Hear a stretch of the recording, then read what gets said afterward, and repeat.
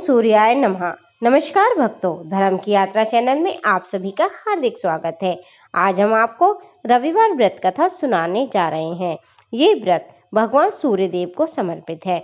सूर्यदेव को 9 ग्रहों का राजा कहा जाता है, जो हमें प्रकाश, ऊर्जा, स्वास्थ्य और जीवन प्रदान करते हैं। जो श्रद्धालु भक्त सच्चे मन से रविवार का व्रत रखते हैं, उनकी समस्त मनोकामनाएं पूर्ण होती हैं, रोग दोष दूर होते हैं और जीवन में मान सम्मान, यश और सफलता की प्राप्ति होती है। तो आइए बिना देर करे रविवार व्रत कथा एंड तक सुनते हैं। देखिए दोस्तों, किसी भी कथा का पूरा फल हमें जब ही मिलता है जब हम उसे लास्ट तक सुनते हैं। एक राजा था और एक रानी थी। उनके पास सिपाही, घोड़े, दास दासियां, धन दौलत सब कुछ था। सिर्फ उन्हें संतान नहीं थी। इस कारण से राजा और रानी बहुत ही ज्यादा दुखी रहते थे। संतान प्राप्ति के लिए उन्होंने हर तरह का दान, धर्म, धार्मिक अनुष्ठान, जप, मंत्र, व्रत, पूजा पाठ किए, लेकिन कोई भी फायदा नहीं हुआ। जब राजा रानी दोनों ही बुढ़ापे की ओर बढ़ रहे थे, बुढ़ापे की ओर बढ़ते गए तो क्या होना क्या था। दोनों गहन सोच में पड़ गए कि अब हमारे इतने बड़े राज्य का क्या होगा। कौन बनेगा इस राज्य का वारिस, कौन लेगा प्रजा की जिम्मेदारी। राजा रानी दिन रात इस चिंता में घुलने लगे। उन्हें खाने पीने की अब सुध भी नहीं रही थी। एक दिन राजा के दरबार में एक साधु आता है तो दासी रानी को बताती है।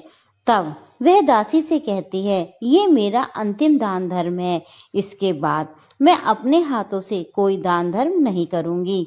रानी चावल भरा छाछ हाथ में लेकर बाहर आती है। अब रानी भिक्षा देते हुए साधु को बहुत ही ज्यादा चिंता में लगती है।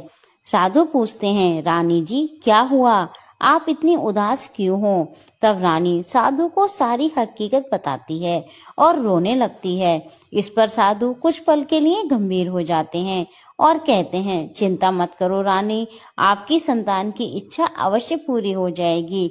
आपकी कोख से एक पुत्र जन्म लेगा, लेकिन वह मात्र 14 वर्ष तक ही आप लोगों के साथ रहेगा। उसके आगे वह मृत्यु लोक को प्राप्त हो जाएगा। इससे बढ़कर आपको कुछ देना मेरे लिए संभव नहीं है।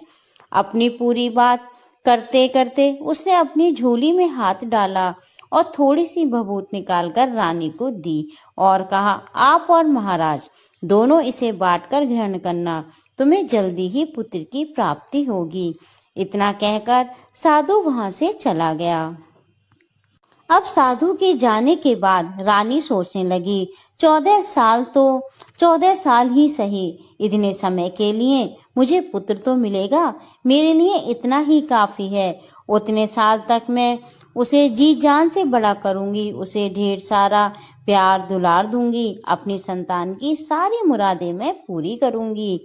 उस रात राजा अपना समस्त राजकाज खत्म करके जब महल में आए तो रानी ने क्या किया, राजा को सारी बात बताई और साधु की दी हुई भभूत राजा को दिखाकर बोली, हे साधु महाराज, ये भभूत हम दोनों को ग्रहण करने को साधु बता गए हैं।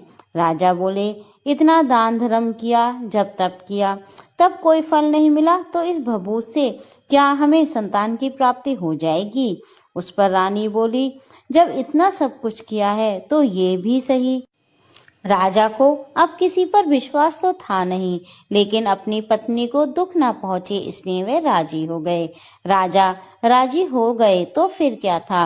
राजा रानी दोनों नहाते धोते और फिर अपने भगवान का स्मरण करते थे, अपने पुरखों को स्मरण करते थे और साधु महाराज के नाम का स्मरण करके वे भभूत बांटकर दोनों खाते थे। उसके बाद दोनों निश्चिंत होकर सो जाते थे। कुछ दिन गुजर जाते हैं और साधु द्वारा कहे अनुसार रानी गर्भवती हो जाती हैं। उस पर राजा रानी दोनों की खुशी समाए नहीं समाती। राजा रानी से बोला, महारानी सचमुच साधु महाराज की हम पर कृपा हो गई। अब 9 माह के बाद, 9 माह 9 दिन और 9 घंटे पूरे होने के बाद रानी ने एक सुंदर पुत्र को जन्म दिया। राजा ने बड़ी धूमधाम से पुत्र का नामकरण किया। सारे राज्य में 8 दिन तक खूब अच्छा समारोह रखा गया, उत्सव बनाया गया। अब पुत्र की कुंडली देखने के लिए राज्य के सबसे बड़े विद्वान पंडित जी को भी बुलाया। कुंडली देखकर पंडित जी बहुत चिंतित हो गए और कहने लगे, महाराज, हमारा राजपुत्र सिर्फ 14 साल तक ही हमारे पास रहेगा।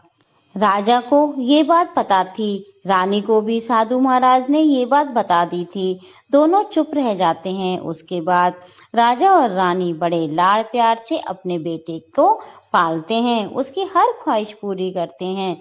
थोड़े समय के लिए ही सही, भगवान ने संतान की उनकी मुराद पूरी कर दी थी, इसलिए वे हर समाधान मानते हैं। राजा को राजकुमार को बहुत प्यार दुलार करते हैं। राजपुत्र दिन प्रतिदिन बड़े होते रहे। अब 7 साल के हो जाते हैं तो राजा एक अच्छे गुरु की नियुक्ति करके उन्हें पढ़ाई लिखाई, राज्य शास्त्र, शास्त्र विद्या, घुड़सवारी इत्यादि 12 विद्याओं की शिक्षा दिलवाते हैं।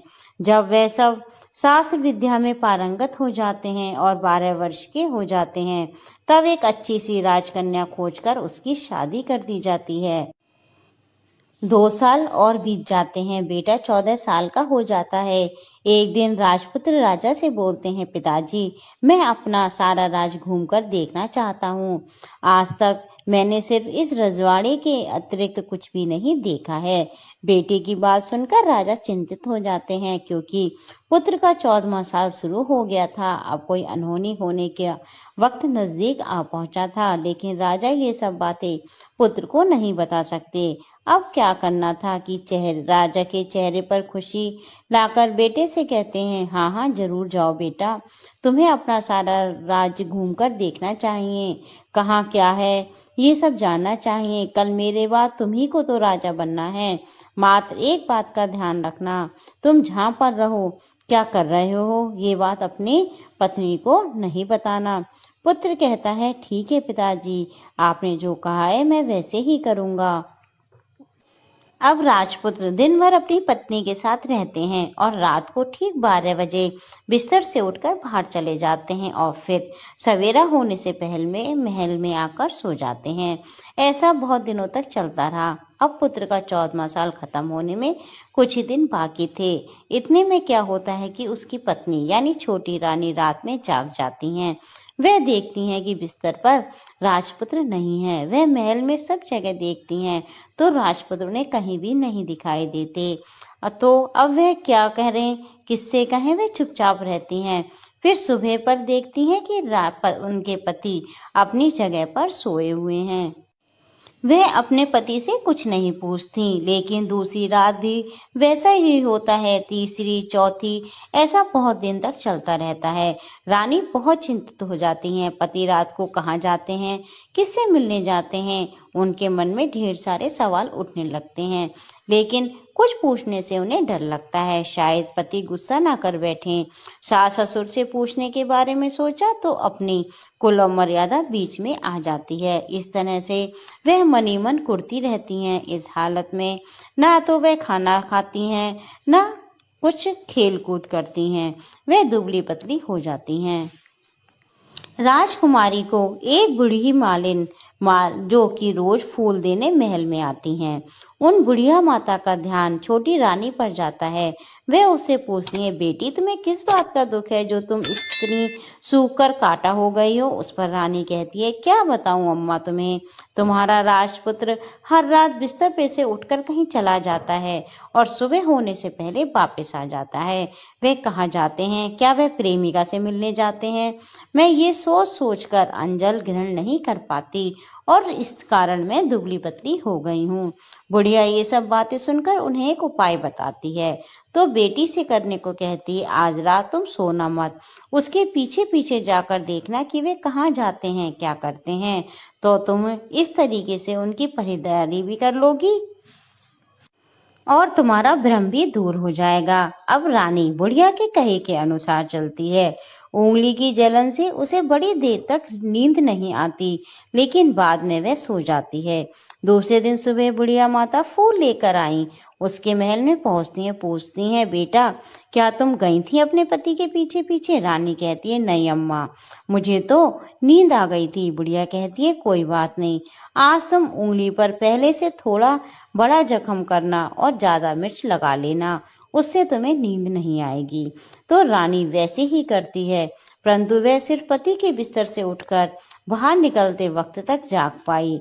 वह उसके पीछे नहीं जा सकी क्योंकि उस समय उसे नींद आ जाती है। दूसरे दिन जब बुढ़िया आती है तो उससे पूछने से पहले ही रानी रोने लगती है और कहती है, अम्मा मैं आज भी उनकी पहरेदारी ठीक से नहीं कर पाई। बुढ़िया कहती है, रोना नहीं बेटी, सब कुछ ठीक हो जाएगा। आज तुम और दिन से ज्यादा बड़ा जख्म करना और उस पर ज्यादा मिर्च छिड़कना, और एक काम करना बेटी, जब तुम्हारा पति बाहर निकले तो तुम उसका रास्ता रोकना। बुढ़िया ने जैसा बताया रानी वैसा ही करती है। आज रात उसे नींद नहीं आई। पति 12 बजे बिस्तर से उठकर जब महल से निकलने के लिए चलने लगा तो वह बुढ़िया ने जैसा उसे बताया था वह वैसा ही करती है। दौड़कर जाकर पति का रास्ता रोकती है और कहती है, तुम कहाँ जा रहे हो? किससे मिलने जाते हो? मुझे सब सच बातें सब बताओ। राजपुत्र उसे समझाने की बहुत कोशिश करता है कि देखो, अगर मैंने तुम्हें ये सब बताया तो मैं तुम्हें दोबारा नहीं मिल पाऊंगा। रानी कहती है, कोई बात नहीं, ना मिल पाओ, लेकिन आज रात तुम जहां जाते हो मुझे पहले बता के जाओ। राजपुत्र इस बात में निरुपाय हो जाता है। पत्नी की जिद के आगे उसकी एक भी नहीं चल पाती। ठीक उसी समय उसका 14वां साल खत्म होकर 15वां साल लगने वाला था। अब राजपुत्र सोचता है कि जो होता है वह हो जाने दो, और कुछ चावल मंत्रों से सिद्ध करके अपनी पत्नी को देकर कहता है कि इन चावल के दानों को दोनों हाथों की मुट्ठी में पकड़ना। पहले दाएं हाथ के पकड़े चावल मेरे ऊपर फेंकना, मैं कौन हूं तुम्हें पता चल जाएगा। बाद में बाएं हाथ से पकड़े चावल मेरे ऊपर फेंकना, मैं जैसा था तुम्हें मिल जाऊंगा। यदि तुम बाएं हाथ के चावल मेरे ऊपर फेंकना भूल गई तो मैं तुम्हें कभी नहीं मिल पाऊंगा। रानी कहती है, नहीं भूलूंगी। रानी बड़े आत्मविश्वास के साथ कहकर बाएं हाथ से पकड़े चावल अपने पति के ऊपर फेंक देती है तो राजपुत्र एकदम एक विशाल घोड़ा बन जाता है। एकदम उम्दा सफेद गर्दन पर लंबी आयाल, देखते देखते वह तेजी से दौड़ने लगता है। रानी उस घोड़े को एकदम भौचक्की होकर देखने लगती है और पति के बाएं हाथ के चावल फेंकने की जो बात कही थी वह भूल जाती है। उसकी आंखों के सामने घोड़ा महल से बाहर निकलकर चला जाता है। घोड़ा जो महल से बाहर जाता है वह वापस नहीं आता। अब रानी को बड़ा पश्चाताप होता है। वह स्वयं को कोसने लगती है, लेकिन अब कोई फायदा नहीं था। राजपुत्र अब वापस नहीं आया। सुबह होते ही महाराजा महारानी को सब बात पता चलती है तो उन्हें बहुत दुख होता है। वे बिस्तर पकड़ते हैं और राह देखते हैं एक दिन उनका बेटा वापस आ जाए। इस तरह 1 महीना गुजरता है, 2 महीने गुजरते हैं, 3 महीने गुजरते हैं, 6 महीने गुजरते हैं। राजपुत्र का कोई भी अता पता नहीं लगता। प्रधान राजपुत्र को ढूंढने के लिए राज के गांव गांव सिपाही भेजते हैं, लेकिन उसमें उन्हें कोई भी सफलता नहीं मिलती। उधर रानी की जिद के कारण पति गायब हो गया। ये सोचकर वह मनी मन अपने आप को कोसती रहती है और प्रण लेती है कि कुछ भी करके पति को ढूंढ कर लाएगी और उसे वापस घर लेकर आएगी। एक दिन वह सुबह उठकर सास ससुर के महल में जाती है और कहती है, मैं अपने पति की खोज में जा रही हूँ। महाराजा महारानी को और क्या चाहिए था, कुछ भी करके उनका बेटा उन्हें वापस मिलना चाहिए था। वे बहू को जाने की अनुमति देकर कहने लगे, बेटी तुम्हें जो चाहे वे करो, जहाँ जाना है वहाँ जाओ, लेकिन हमारे बेटे को वापस लेकर आओ। भगवान तुम्हें कामयाबी दे। अब रानी क्या कहती है कि अपना शाही वेश बदलकर एक सेठानी बन जाती है।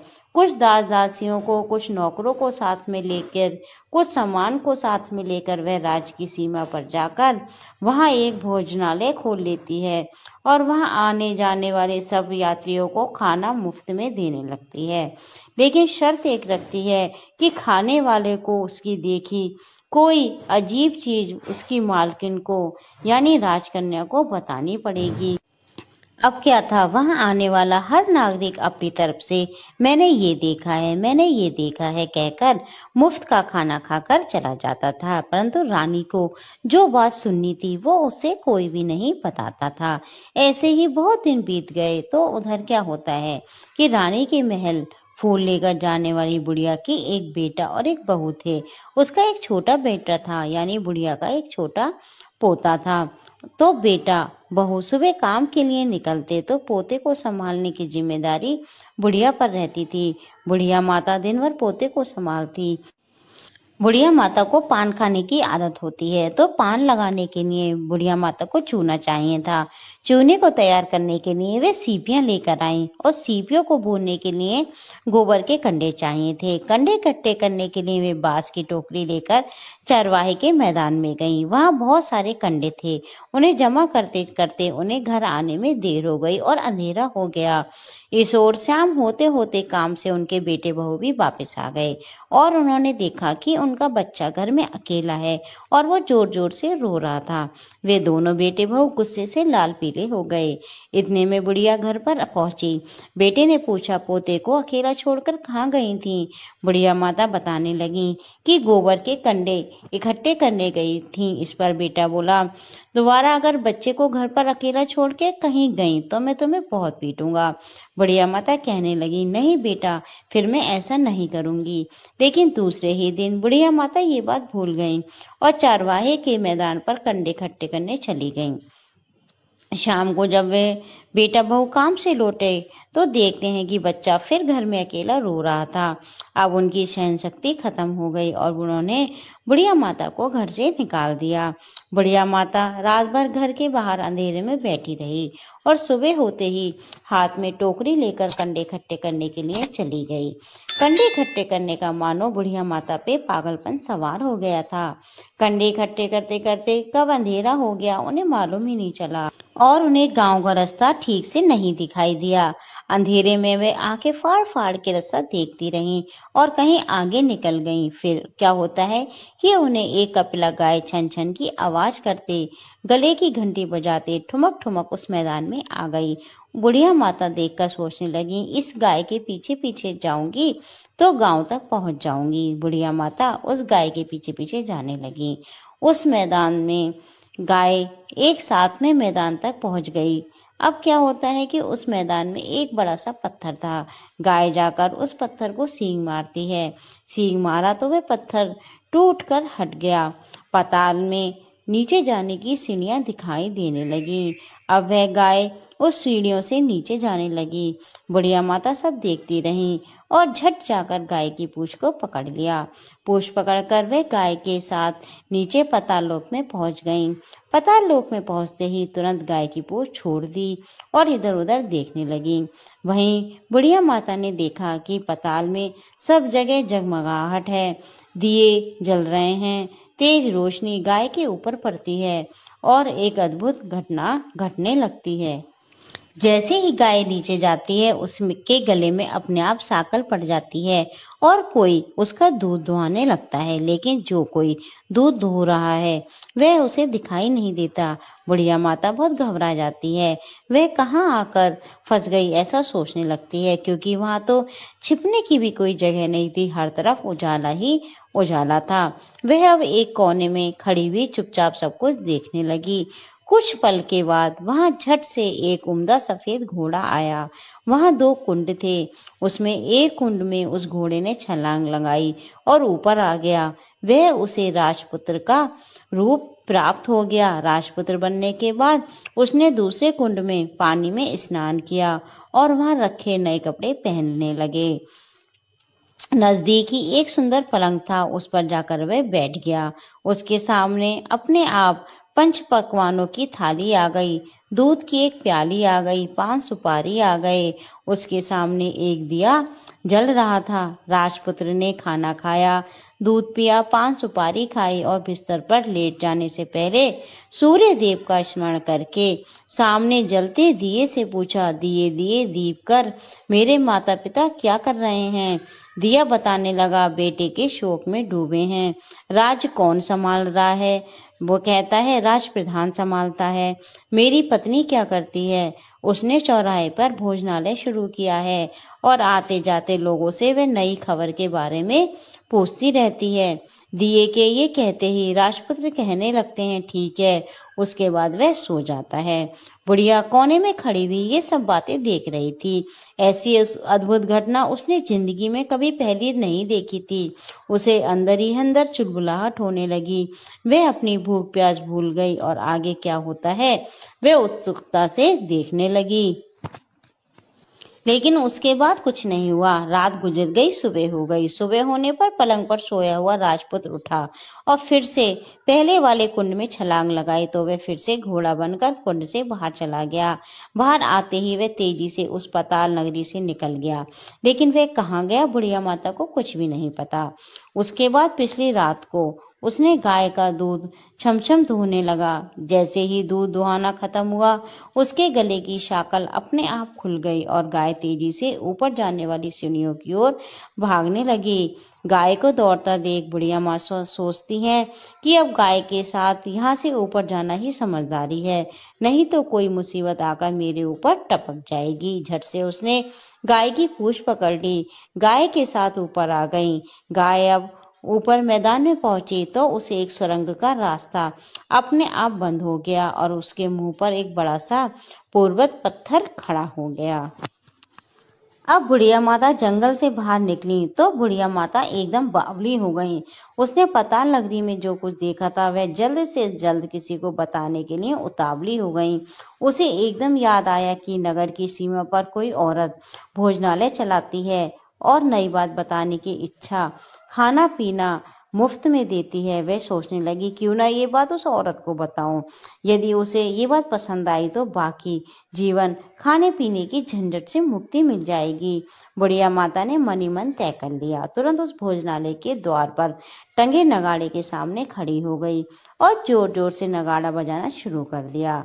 नगाड़े को इस तरह शोर सुनकर मालकिन यानी छोटी रानी मन में प्रसन्न हो जाती हैं कि शायद कोई बड़ी बात लेकर आया है। रानी सिपाहियों को आदेश देती हैं, जाइए, जो कोई भी आया है उसकी खातिरदारी कीजिए और उसे अंदर बुला के लाइए। बुढ़िया माता अंदर आती है। उन्होंने पूछा, बुढ़िया माता क्यों नगाड़ा बजा रही हो? बुढ़िया बोली, कुछ नहीं बेटा, यहाँ खाना मिलता है ना, इसलिए आई हूँ। खाना चाहिए? मिलेगा, लेकिन कोई नई बात बतानी पड़ेगी। हाँ बताऊंगी, एक बात मालूम है मुझे। ये बात कहकर सिपाही बुढ़िया माता को अंदर ले जाते हैं और उनका बहुत आदर सत्कार करते हैं। अब एक बड़ी सी थाली में बुढ़िया माता को व्यंजन परोसे गए। बुढ़िया माता कुछ दिनों से बहुत भूखी थी। वह खाने पर टूट पड़ी। खाना खाने के बाद सिपाही ने उन्हें एक नई साड़ी पहनने को दी। उसके बाद उसे लेकर वह रानी के पास गए। बुढ़िया और रानी ने तुरंत एक दूसरे को पहचान लिया। बुढ़िया माता बोली, बेटी तुम? रानी बोली, अरे अम्मा आप। कुछ ही देर बाद दोनों भली भांति बातें करती रहीं। आखिर बुढ़िया से कहने लगी, अम्मा बताओ तुमने क्या नई बात देखी? नई बात? मैंने कोई नई बात नहीं देखी। वह तो मेरे पास तुम्हें देने के लिए खाने के पैसे नहीं थे, इसलिए मैंने तुमसे झूठ कहा और नगाड़ा बचाया। रानी ने कहा, अम्मा घबराना नहीं, मैं किसी को तुम्हारा नाम नहीं बताऊंगी। फिर भी बुढ़िया, मैंने क्या देखा, कब देखा? मैंने कुछ नहीं देखा बेटा, मैं क्या बताऊं, मैंने कुछ नहीं देखा। अब बुढ़िया माता से रानी ने बहुत मिन्नतें की तो रानी ने उन्हें बताया।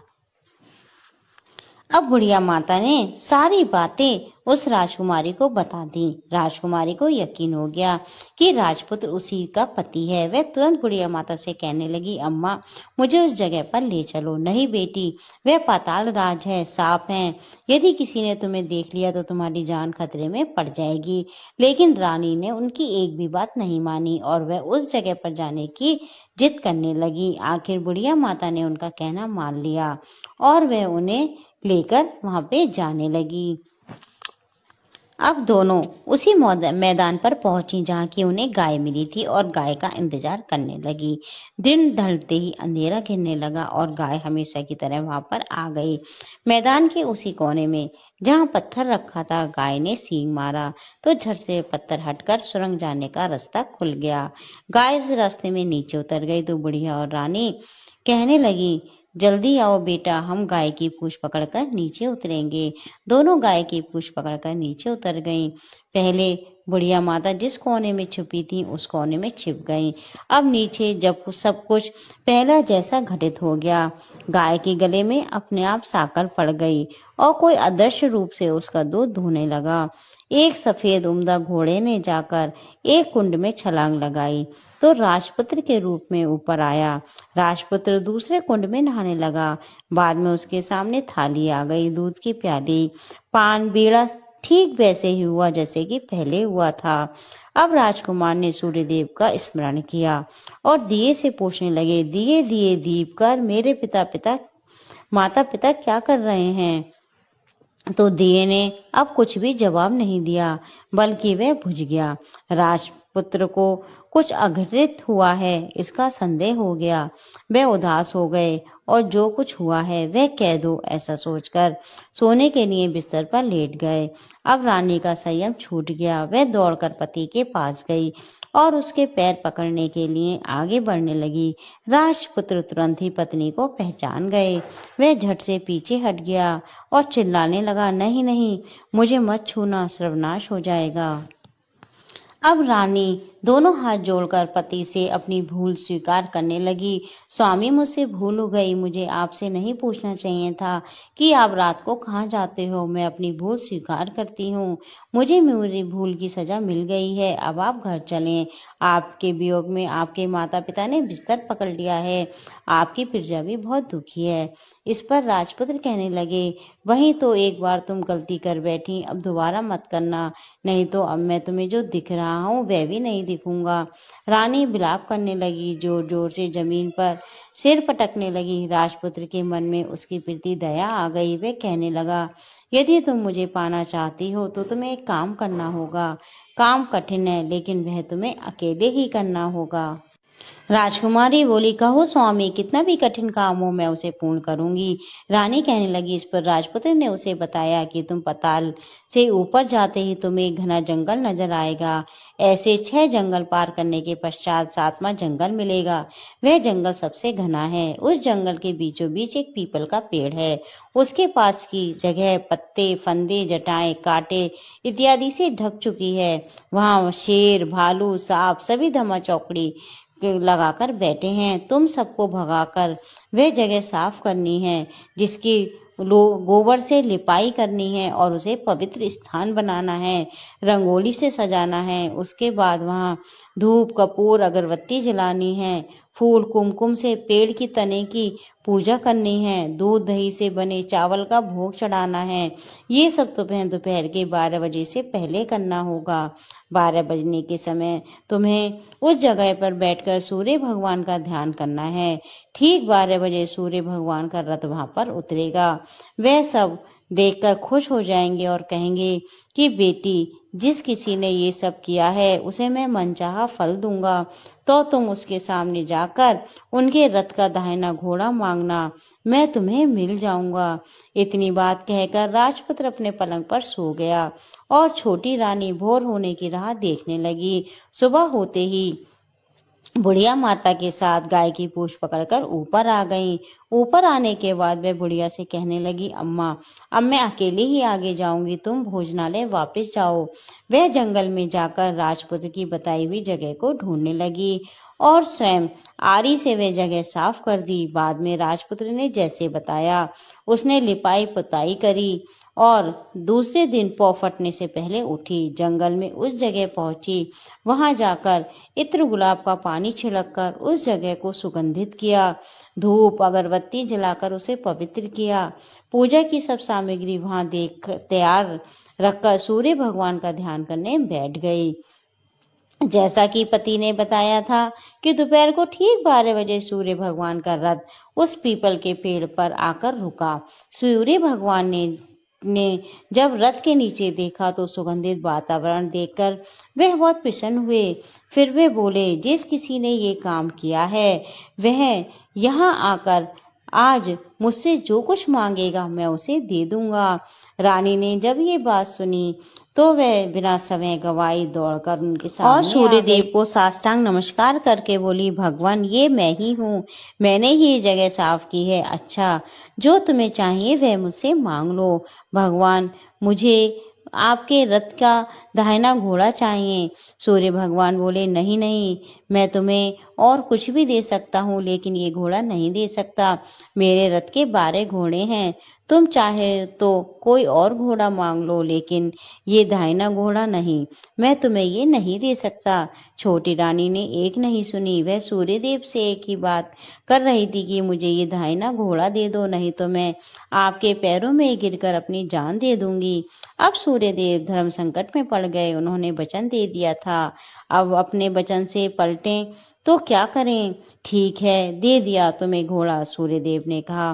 फिर एक बात और भी कही, देखो मैंने तुम्हें घोड़ा तो दिया है लेकिन वह तुम्हें यहाँ नहीं मिलेगा, तुम्हें उस पाताल में जाकर लाना होगा।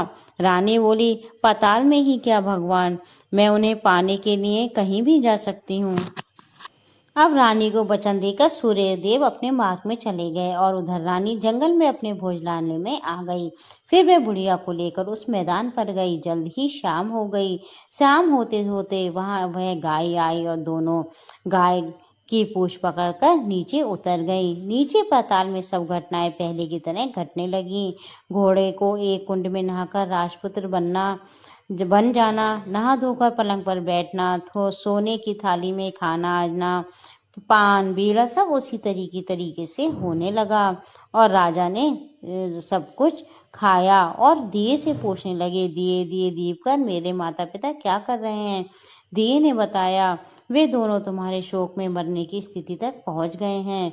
ऐसा झट से उसकी आंखों से आंसू टपकने लगे। फिर वह पूछने लगा, दिए दिए दीप कर मेरा राज कौन चला रहा है। दिया बोला कि तुम्हारा राज्य प्रधान चला रहा है, वह सब कुछ हड़प चुका है और प्रजा पर बहुत अत्याचार कर रहा है। सुनकर राजपुत्र को बहुत गुस्सा आया। वह गुस्से से अपनी मुट्ठी भींचने लगा, पूछने लगा, दिए दिए दीप कर मेरी पत्नी क्या कर रही है। अब दिया कुछ नहीं बोला, चुप रहा। अब रानी का संयम जवाब दे गया। वह दौड़कर पति के गले लग गई। अब मैं तुम्हें मिल गया, राजपुत्र कहने लगा। सच कहते हो, अब आप फिर से घोड़ा तो नहीं बनोगे ना। राजकुमार कहने लगा, नहीं, मैं दोबारा से घोड़ा नहीं बनूंगा। तुमने जो इतने सारे कष्ट उठाए हैं मुझे पाने के लिए, इसलिए सूर्यदेव ने मुझे सदा के लिए घोड़े के जन्म से मुक्त कर दिया।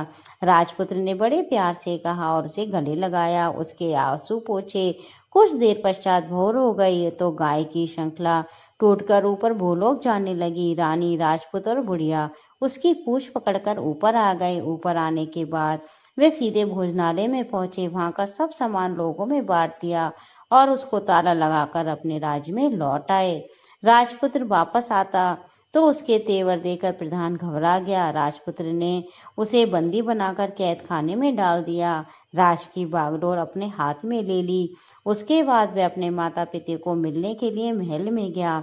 तब राजपुत्र क्या देखता है कि उसकी माता पिता उसके शोक में बहुत दुबले पतले हो गए हैं। पुत्र को वापस आया देखकर मरणासन्न राजा रानी की आंखों से टप टप आंसू बहने लगे।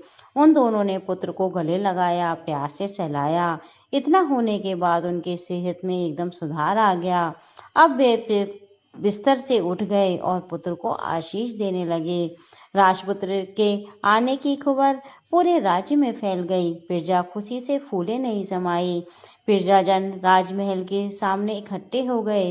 राजपुत्र ने भी उन्हें दर्शन दिए और जब वह आज से उन्हें कोई दुख नहीं पहुंचेगा ऐसा वचन भी दिया।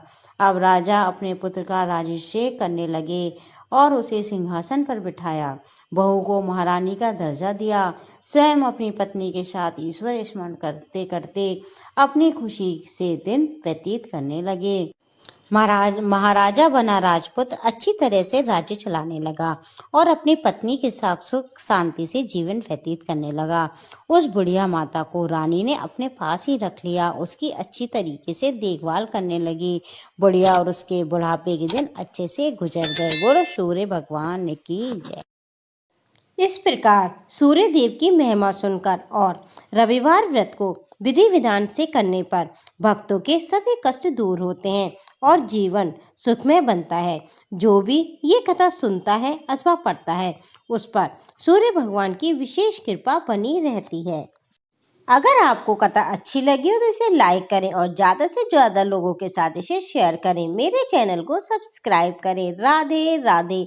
आपका जीवन मंगलमय हो।